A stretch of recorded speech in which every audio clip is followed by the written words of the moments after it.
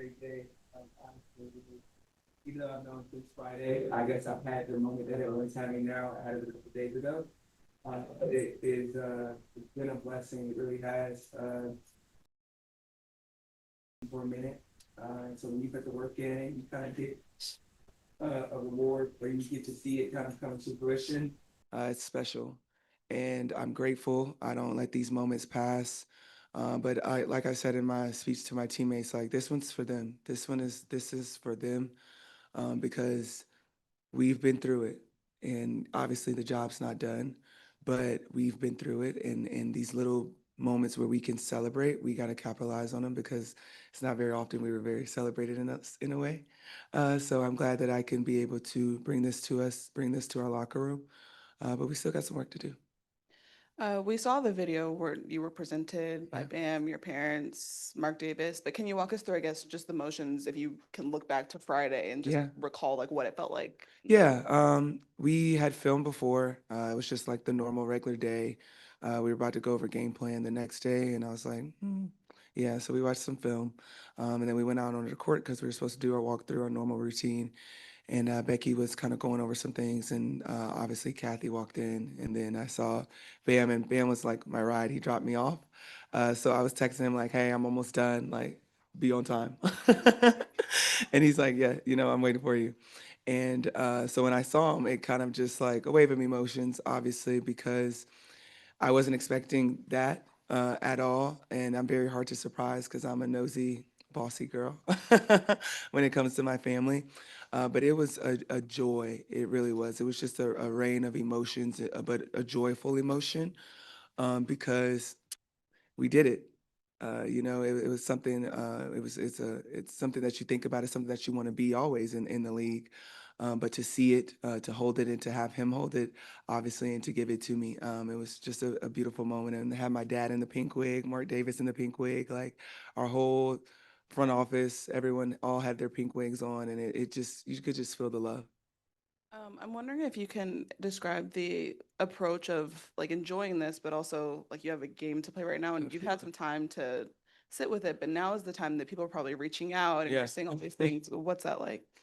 You learn how to compartmentalize it, honestly. Like I said, I had this moment on Friday, so I'm glad that I kind of got those emotions and everything out the way.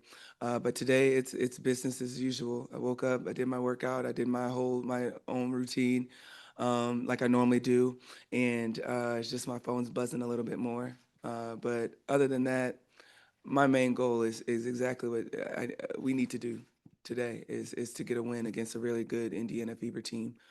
So I'm gonna make sure that my teammates are locked in, that we're locked in, because this is cool. But we've already celebrated this. Now it's on to the next.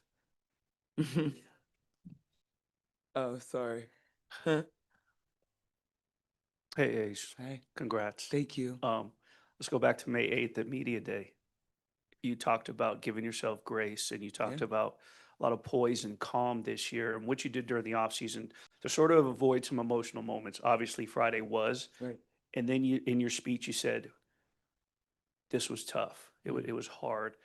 How tough was it during the progression of those first 28 games to keep those emotions in and be the leader and MVP of this team? Yeah, it's hard. Obviously, I feel like everyone knows I'm a person that loves to wear my emotions on my sleeves, because I want to show everybody that I'm human.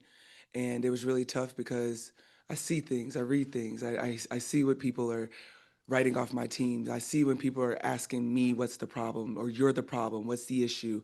And that's the part of being the leader. It's when you're winning, it's oh my God, team collective. When you're losing, it's like you're the problem, what's wrong? And it's very hard to take that on, especially because I'm young. Like I'm feisty, I'm petty, I'm gonna snap back. But you got to bite your tongue sometimes, and I think that was the hardest part. And on top of that, keeping 11 other women's heads leveled, and helping them find themselves, and pouring into them and making them like never lose sight of who they are and why they're part of this locker room. And I think that was the toughest part because it's like I felt broken at times, but I could never let my teammates see that because I knew it I had in my locker room. I knew that it was just a matter of time for us to click and to make it work.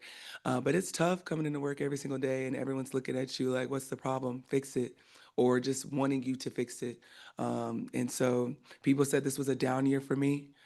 People literally was talking crazy. The think pieces are incredible to even read and actually comical to read as well.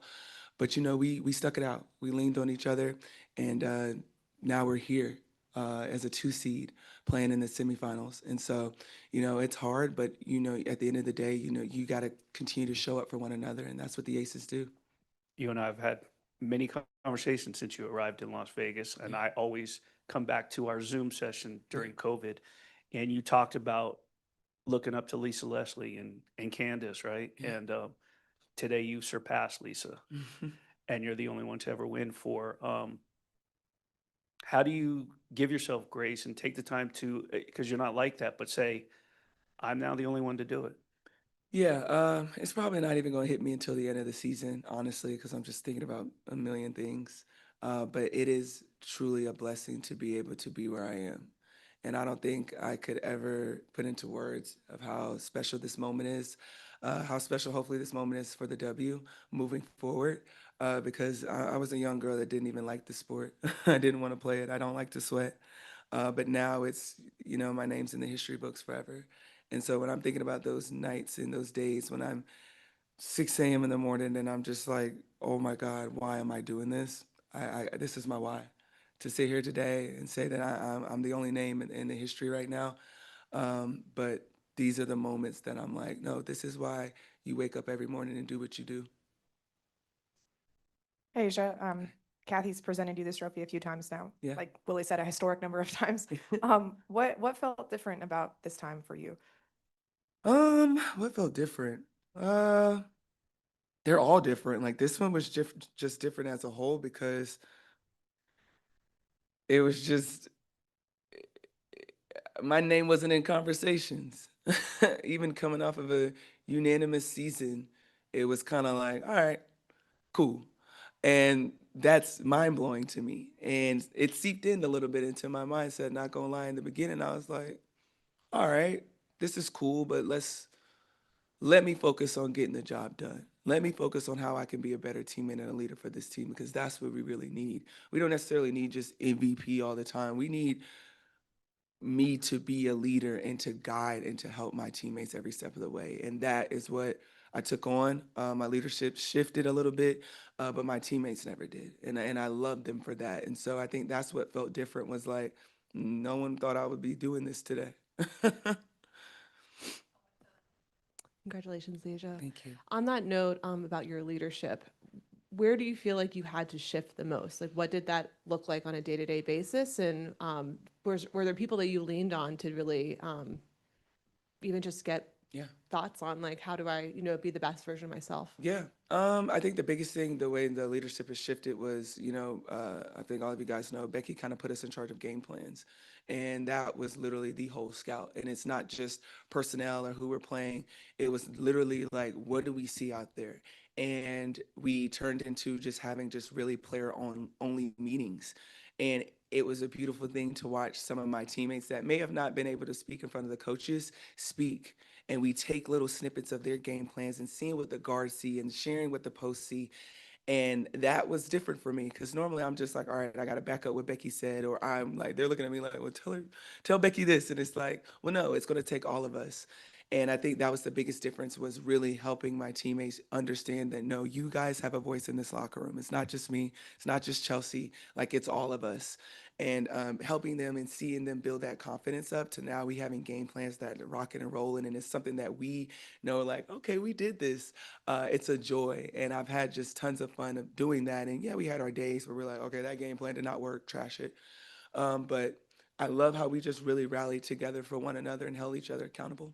And I think just when it came to just helping me, all of my teammates did. All of my teammates really kind of brought different pieces of just their thought process of how they approach the game. I don't think we can say it enough. Congratulations. It's Thank cool you. to be a part of history and just cover it with you. But we've heard what Becky said. A lot of your teammates have mentioned how great you are. Bam obviously thinks you're amazing, Right. but also your parents. As you should. Like going back to your parents, I know you went out to them after the game, and there was just this moment of just like fierce like power. Yeah. Can you just talk about what they have meant to you in this journey in this season, Yeah. just to get to this point? Yeah, this has been a fun time for us because now both of my parents are retired. So they're here a lot more. They're in Vegas a lot more, and they can just really witness uh, just me. And I think I find joy in, and I'm about to cry. Oh my God, no. I think I find a lot of joy in witnessing them witness me. And the oh God, just the love, the unconditional love that they show and they give me every single day.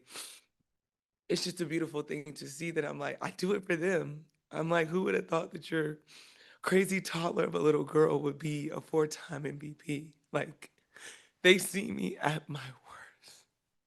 They've allowed me to fail. So when I can share these moments with them, it is just so beautiful. And it's just like, it's incredible just to have a circle and a village that can really rally behind you. And I love them for that. And I don't think I tell them enough because we see each other every single day. They live with me at this point. And, sometimes you take those moments for granted. And like this morning, my mom, she hugged me and she was like, I never really hug you. And I'm like, you know what? You don't. And like, we just had a moment. And it's just like, when I can just share many victories, big victories with them, it's just a full circle moment every single day because I know they look at me and they're like, ain't no way that little girl that wanted to be an author and an illustrator and in a NFL quarterback and all this stuff is now a 4-time MVP in the WNBA. So the moments that I share with them, I don't take them for granted because I know that they've done things that I haven't even seen. They've made sacrifices that I probably never even still don't know, but they show up every single day as their true selves, and they allow me to do that as well. So I'm thankful for them. Yeah. Uh-huh. Oh, I thought I could escape that. Facts. All right, now I gotta go do my tunnel walk.